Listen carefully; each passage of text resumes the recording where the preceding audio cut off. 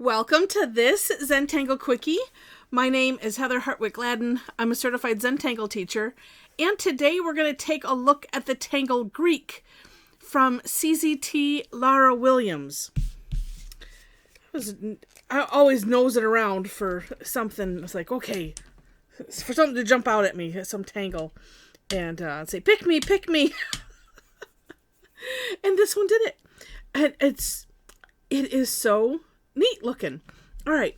This starts off with a bunch of, well, we could call them, say, tethered orbs, or you could think of it as a teardrop shape. And like so. Whoops. And let's see, I'm going to try to do them even. Try to do them the same shape and in the same line, and that would just be a miracle. Well, it looks like I can fit. Okay. Ooh, let me see if I can do it. I've been playing with this, and then, sometimes it takes doing it here. I'm like, well, golly, I do like to do this shape this way. Oh, look, it's almost a little bit easier. Well, sort of. It ends up being a little bit different shape, but that doesn't matter. I could do it either way, and they would all end up to be different shapes. I am the poster child for if I can do this, you can do this. All right. I did them all open just to start off. Actually, I'm going to use the graphic one. Whoops. To fill these in. I probably could have done this with the graphic one just to start, but sometimes I like to do it with the fine line and then fill in. Maybe it's like a safety. I don't know. That first one was the best one. It all goes downhill from there. Oh. Now, number one nice thing about this, and that we're filling these in, is if you need to adjust the shape a little bit, you can.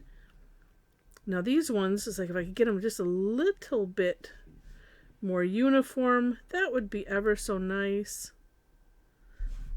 Now, for real, one reason that I like to use the 01 is, see, I can't get that nice tip here with the 01 because it'll only go as thin as the tip is. So that's a lot of times why I like to use that just to get those sharp edges and whatnot. Although it doesn't seem to matter. I have to go back and touch up anyway. All right. So once you have your row of teardrops, and I'm going to dare say this could probably go, it doesn't have to be in a straight line. That's up to you. Then, and honestly, it doesn't matter where you start. I am going to start just right here kind of in the middle because I like to. And what we're going to do is underneath, we're going to just a nice curved line like this. Now, Lara has both steps together. And so I wasn't sure. It's like, oh, should I be doing like a big orb? But what I found as I was doing the orb is I was ending up coming off of the top like that. But it makes this one really effective if you don't do that. This one will just adjust that little top. Like that. And so I kind of like the idea of doing one side first. And it's up to you. Because if you feel like, okay, let me try to do a whole orb. N. I think I said N and it didn't sound right. But you could also come this way. Now, normally I like to do the curve line this way. But for some reason, for this one, maybe it's because I want to see here. Because I'm feeling like if I'm doing this, that I'm missing something. That's what I have been feeling like as I was playing with it. So this turned out much better. But one thing I'm going to do is we're going to take this off the edge. Just because. All right. Next, we're going to start in the center. Same thing. rinse and repeat. And it's probably good if you try to get the shape. You know what? Now I'm going to try it this way. Let's just try it all different ways here. No, I can't. It's so weird. Zentangle is so funny. Or at least the way maybe it's just me. I'm just so funny. Because it's like, nope, I'm not, it's like, I'm not seeing this, I'm not seeing that. It's just odd. But again, like I said, that's me.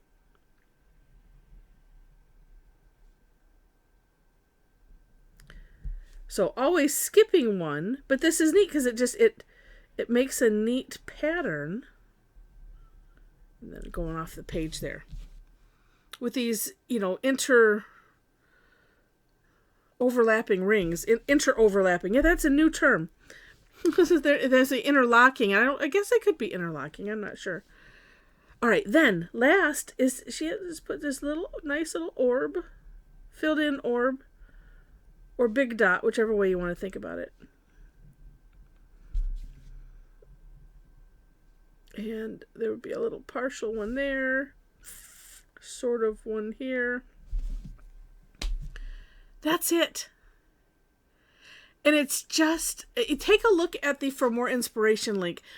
So you could see it done by Lara. It's much nicer there. And in her step out, in her sample, she doesn't have, it doesn't look like there's any shading. So I've been contemplating, all right, how am I going to do some shading on this? I just don't know. Now, one thing she did do was she aura'd the lines, and it has a really, really neat effect too. But I think, how cute is that? Although, you know what? Let us do at least one aura.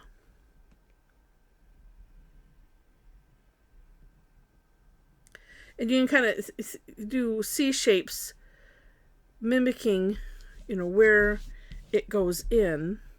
Oh my gosh, all of a sudden I'm seeing faces. Anyone else seeing faces? You can put it in the comments. Right as I did that, and now I see different types of faces. Oh my gosh, that's terrible. Oh, it's funny though. All right, and because I'm feeling like it needs something, I just couldn't decide. Well, because you could shade, under, pick one of the lines to go under and be consistent. But at the same time, it kind of is neat the way it is without any shading. I don't know. It's up to you. Like always, it's always up to you. But I'm going to do this because I think this looks neat. There's always something that completes a tangle. Like an aura. It just does something to it. It's just so neat. Finishes it off nicely. And so if you're ever feeling like, gosh, what is it? It just needs something. And if it's something that you can aura the exterior, give it a go. Ooh, yes. And then I'm, of course, putting the graphite on the outside of it, because that's just fun. Like that. It's, like I said, it struck me. It's really cute. And there we go. I hope you enjoyed it. If you did, please click like. And if you liked it enough to see more, please click to subscribe to the channel. In the description section, I have links to the step outs. I always do my own version because that's kind of what we were taught to do. And then I link to the creator of the Tangle. And below that, ways to connect with me if you wish. So if you like my goofy style, hey, maybe you want to join me online to tangle. We do it every week. 4 times a week, really. So on Thursdays, twice a week, I do. So I'm in Michigan, so we're Eastern time. So it's 11 a.m., 7 p.m. It's just on Thursdays. It's an hour. I call it Tangle Time. You can click on the link to my website that's in the description. And there's a link in the big menu for classes. And and you can find out more information. That's where I was going with that. And you could follow me on Facebook. There's also a couple other places like Eventbrite and Meetup.com that you can follow me if you want to follow just for classes. But come and join us. We would take something like this. Maybe, maybe I'll still pair it with that. Sometimes I'll pair it with another tangle, just depending on what the tangles are. Nobody knows what they're going to be, even my mom, who is my co-host, and a fellow CZT. I don't generally ever tell her either what we're doing because it's fun. And sometimes I don't know till right before.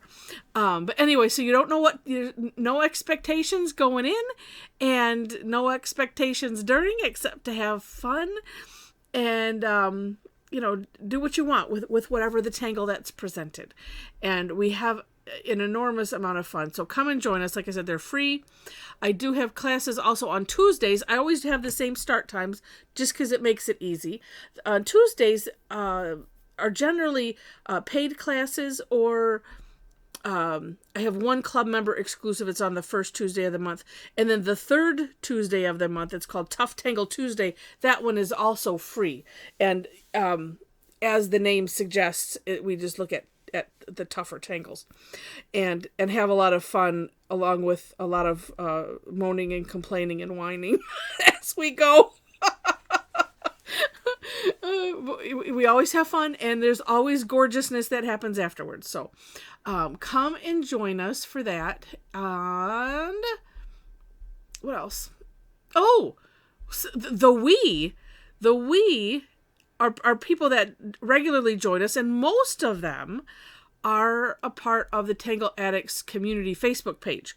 So if you happen to be on Facebook, there is a link to join the page, the group there, and we just extend the fun to the group. It's a lot of fun, and there's a lot of people that don't necessarily join on the classes just because of time zones, time constraints, whatever. But we have a lot of fun, and we have a really, really beautiful community that has developed over the years.